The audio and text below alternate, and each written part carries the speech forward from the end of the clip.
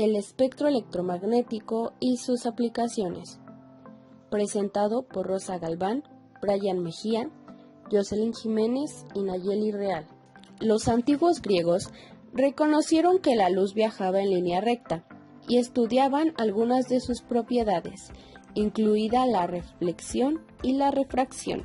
El primer descubrimiento de radiación electromagnética distinta de la luz visible se produjo en 1800, cuando William Herschel descubrió la radiación infrarroja. El 8 de noviembre de 1895, Röntgen produjo radiación electromagnética en las longitudes de onda correspondiente a los rayos X. Este descubrimiento causó una enorme sorpresa, principalmente en los médicos de esa época, ya que por primera vez se observó el interior del cuerpo humano sin necesidad de una operación quirúrgica. La radiación electromagnética se relacionó primero con el electromagnetismo en 1845, cuando Michael Faraday notó que la polarización de la luz que viajaba a través de un material transparente respondía a un campo magnético. Dos de las ecuaciones de Maxwell en 1860 predijeron la posibilidad y el comportamiento de las ondas en el campo. Analizando la velocidad de estas ondas teóricas, Maxwell se dio cuenta de que debían viajar a una velocidad que era aproximadamente la velocidad como de la luz. Esta asombrosa coincidencia en el valor llevó a Maxwell a hacer la inferencia de que la luz misma es un tipo de onda electromagnética. Finalmente, la última parte del espectro electromagnético se completó con el descubrimiento de los rayos gamma. En 1900, Paul Villard estudiaba las emisiones radiactivas de radio cuando identificó un nuevo tipo de radiación que en un principio pensó que consistía en partículas similares a las partículas alfa y beta, pero con el poder de ser mucho más penetrantes que cualquiera de las dos.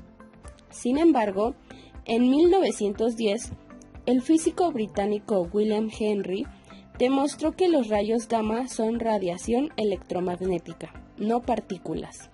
¿Qué es el espectro electromagnético? El espectro electromagnético es el conjunto de todas las frecuencias posibles a las que se produce radiación electromagnética.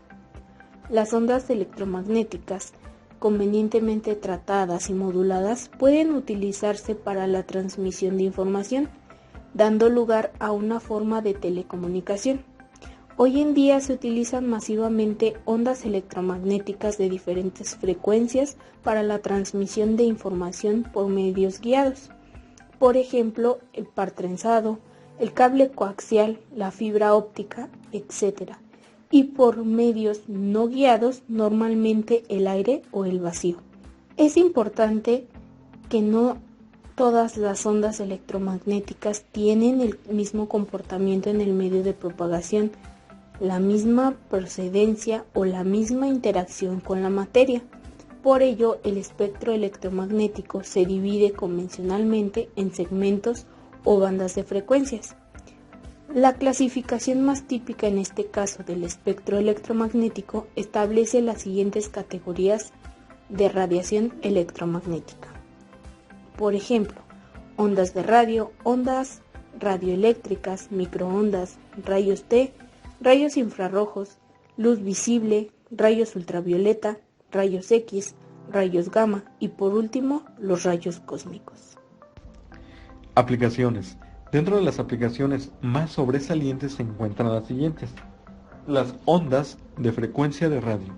Estas se emplean para transmitir información por el aire, tales como emisiones de radio, televisión o internet, es decir, para transmitir señales a grandes distancias. Una señal de radio se transmite por el espacio en forma de ondas electromagnéticas. El receptor consiste en una antena que capta las ondas y las descodifica, es decir, vuelve a transformarlas en señal eléctrica para recuperar la información original, en este caso, el audio. Las microondas.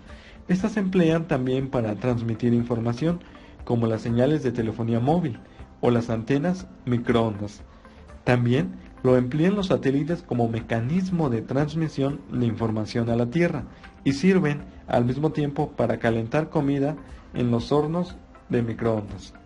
En la actualidad, el empleo de los sistemas de microondas es súper importante. Sus aplicaciones incluyen el control de tráfico aéreo, navegación marina, control de misiles, aviación y telecomunicaciones. La radiación ultravioleta es emitida por el sol y absorbida por las plantas para la fotosíntesis, así como por nuestra piel cuando nos bronceamos. Esta también es conocida como la luz negra, porque no la percibe como tal el ojo humano. Solo algunos insectos son capaces de distinguirla. El uso esterilizador de la luz ultravioleta es primordial, puesto que gracias a esta luz se esterilizan alimentos y se desinfectan ambientes para prevenir contagios u otros riesgos. El beneficio más valioso de la luz ultravioleta es su aplicación para hacer el agua potable. La radiación infrarroja es la que transmite el calor desde el Sol a nuestro planeta, desde un fuego a los objetos a su alrededor o desde la calefacción al interior de nuestras habitaciones. Unos ejemplos muy claros son en el mando a distancia, es decir, el control remoto. Al encender la tele o cambiar de canal, el uso de infrarrojos evita interferencias con otras ondas que impedirían ver bien la imagen.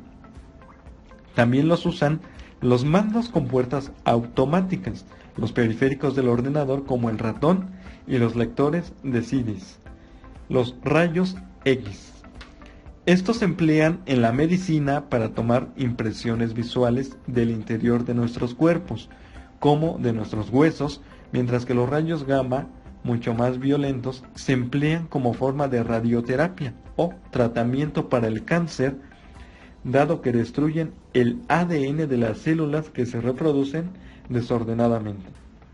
Los rayos X tienen su principal uso en la medicina, ya que gracias a las fotografías internas que se realizan de nuestro cuerpo, permiten detectar ciertas enfermedades o irregularidades, como problemas abdominales, traumatológicos, cardiopatías, etc., que de otra forma no podría ser posible o bien visible. Así les presentaremos nuestro experimento sobre espectroscopio casero, donde pretende identificar líneas de colores posicionadas de diferente manera con artefactos que emiten luz visible, así como su frecuencia, su propagación de ondas electromagnéticas. Como materiales vamos a ocupar un disco, cinta adhesiva, cartulina negra, cinta negra, un bote de papel con tapadera, tijeras y un cuarto oscuro.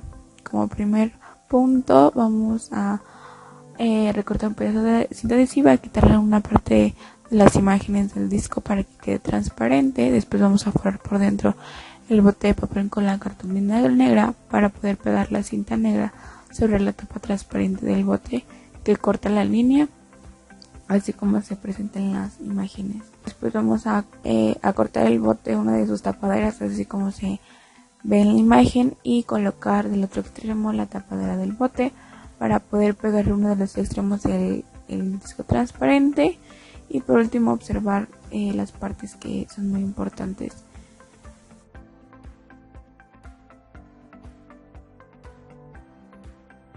Como pudimos observar en nuestro espectroscopio casero, la dispersión de la luz en diferentes longitudes de onda fueron muy bien observadas y analizadas en cada una de las imágenes que les compartimos anteriormente, donde su elemento principal es un dispersor, ya que, como sabemos, hay dos principios ópticos fundamentales para este experimento que nos permite dispersar la luz: la refracción diferencial y la interferencial. La interferencia, mejor dicho. Cada uno de estos se basa ya sea la difracción o el prisma de colores, que también lo vemos muy presente, ya que la independiente de este diseño es caracterizar la resolución espectral de acuerdo a la separación de dos líneas muy próximas, como se ven en las pruebas de cada una de estas.